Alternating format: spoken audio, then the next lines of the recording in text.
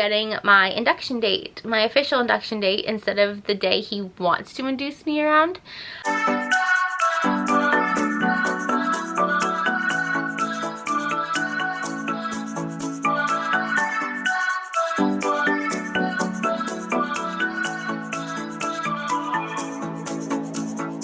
Good official morning, you guys. Welcome back to my channel. If you're new here, welcome. I hope you enjoy your stay. If you do, make sure to subscribe button down below before you go. As you can tell, I am not at home.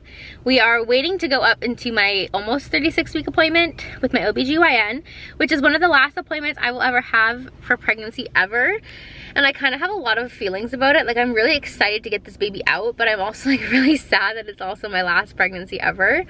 My face fat is now officially here within the last like handful of weeks of pregnancy. Love that for me. He has decided to give me more acne again. So again, thanks little dude. Love that for me. I was hopeful that he was gonna give me my induction date today. Like, he's giving me the idea of when he's going to induce me, but I was hoping I'd get like an actual day. But I'm not sure I'm going to, because I have another scan on the 2nd, and I think that's gonna help determine whether or not he moves my date earlier. But yeah, so I have Nuggie with me because we had to drop Dante off at work, which is a little annoying because he worked at 1 and my appointment's not until like 2:15, and it's in the same town, so there's no point of like driving home. So we've been waiting just a little bit. He was taking a nap, so it wasn't too bad. But this morning we had a pretty slow morning. Good morning, little Nuggie. Where you go? Wait, where are you going? You did not even say good morning. Say good morning. Good morning, little Nuggie. He gets so excited. Oh, look. Your honeycombs that were breakfast? Mmm. Yeah, it's yummy. Do they taste better on the floor than the bowl Dad gave them to you in?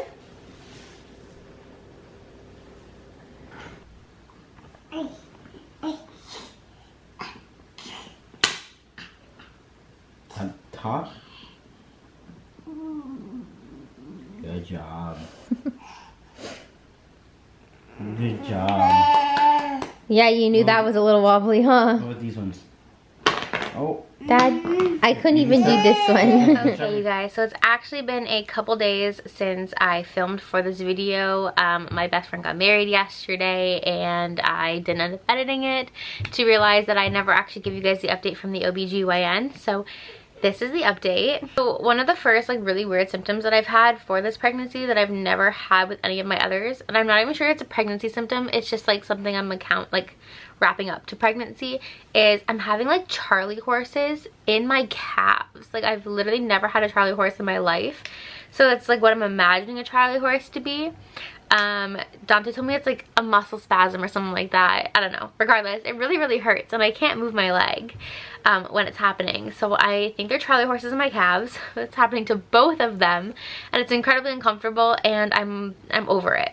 I have also been having an insane amount of pelvic pressure. Like, it hurts so bad. My pelvic bone literally feels bruised. Like, it literally feels like I broke my pelvic bone. It hurts so bad to walk. It hurts to bend down. It hurts to pick up Jackson. Like, it hurts all the time. To go along with the pelvic pressure, I also constantly feel like I have to have a bowel movement, even though I don't, which is something I've also never experienced in pregnancy that I'm wrapping up to pregnancy. I think maybe he's just like super low and he's putting a lot of pressure on that area. The only time I ever really experienced anything like that was with Levi.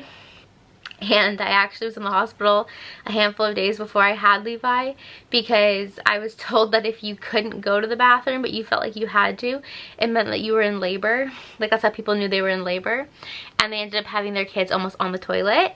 So I went to the hospital and I was not dilated or anything like that. And then a handful of days later I had him. So that's the only like experience I have with that. But this is like incredibly uncomfortable, and it comes with cramps.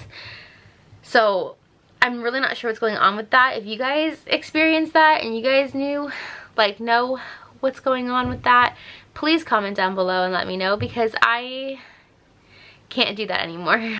On top of those stomach cramps, I am also having what I assume are Braxton Hicks contractions. Like I've said before, I never actually experienced Braxton Hicks contractions with my other kids. I'm assuming they're Braxton Hicks contractions, even though I can't talk through them.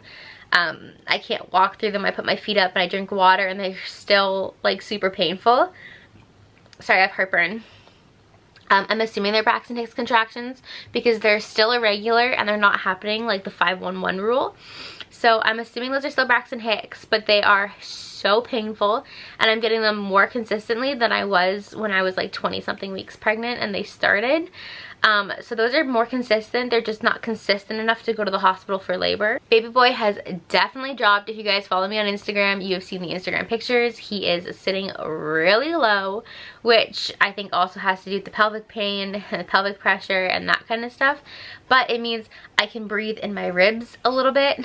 Yes and no. The last scan that I had showed that his head was at my pelvic bone, like he was head down. His back was up my side. His butt was sitting at the top of my stomach and then his legs wrapped around the other side. So that is the position I still think he's in. Like that's the position that he was in for my last scan. He could have moved, but I feel like stretching and like weird stuff up here. So maybe he did move. But it's definitely painful. But I thought maybe because he was head down and he was moving and like whatever else that he was like dropping, that the heartburn would go away, and the heartburn has not gone away. So I have heartburn like 24/7. And it hurts really bad. Tums don't work, and the only way I can get like 5 minutes of relief is drinking like a little bit of milk. This one's totally normal, but I literally cannot get comfortable. It does not matter if I'm sitting, it does not matter if I'm lying in bed, it does not matter if I'm standing. I am uncomfortable all of the time, and I think that's because he's running out of room. So I don't have any room, I don't have any more room for him to grow.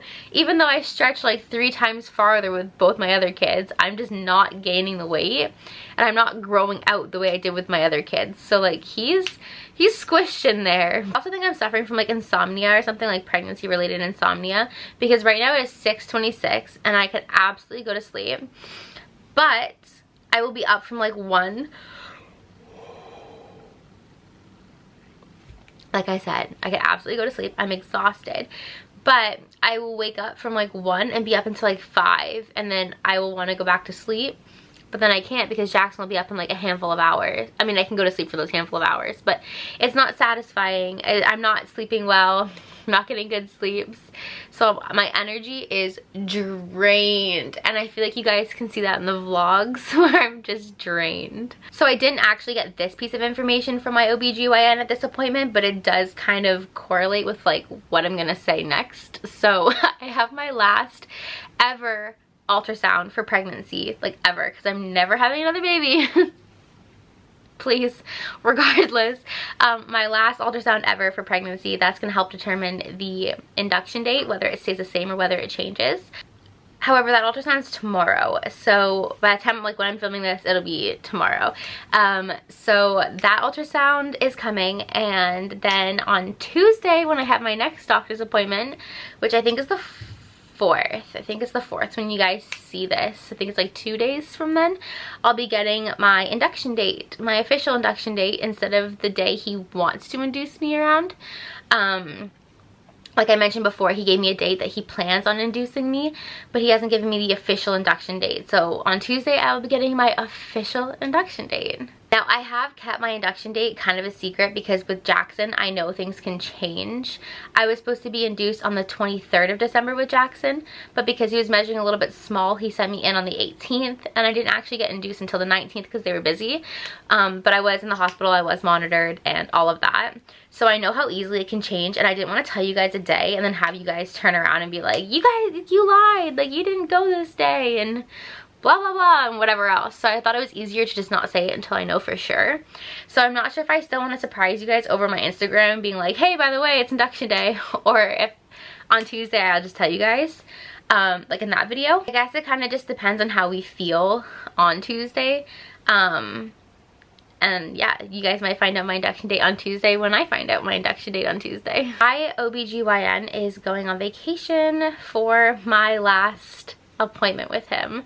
So I will get my induction date this Tuesday.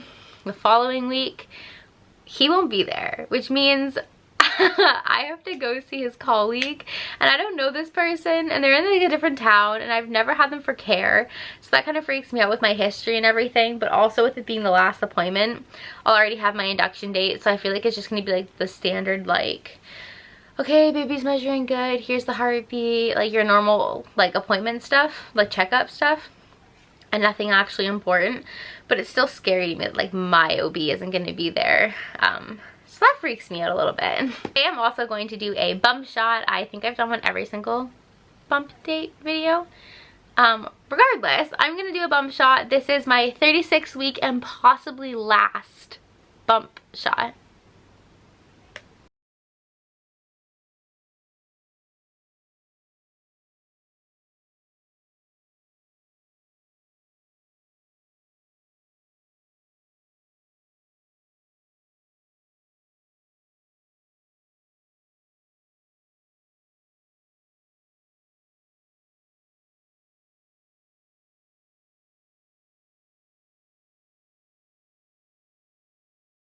But that is pretty much it for this video. Thank you guys so much for watching, and I will see you guys tomorrow in my next daily vlog, which should be the ultrasound vlog.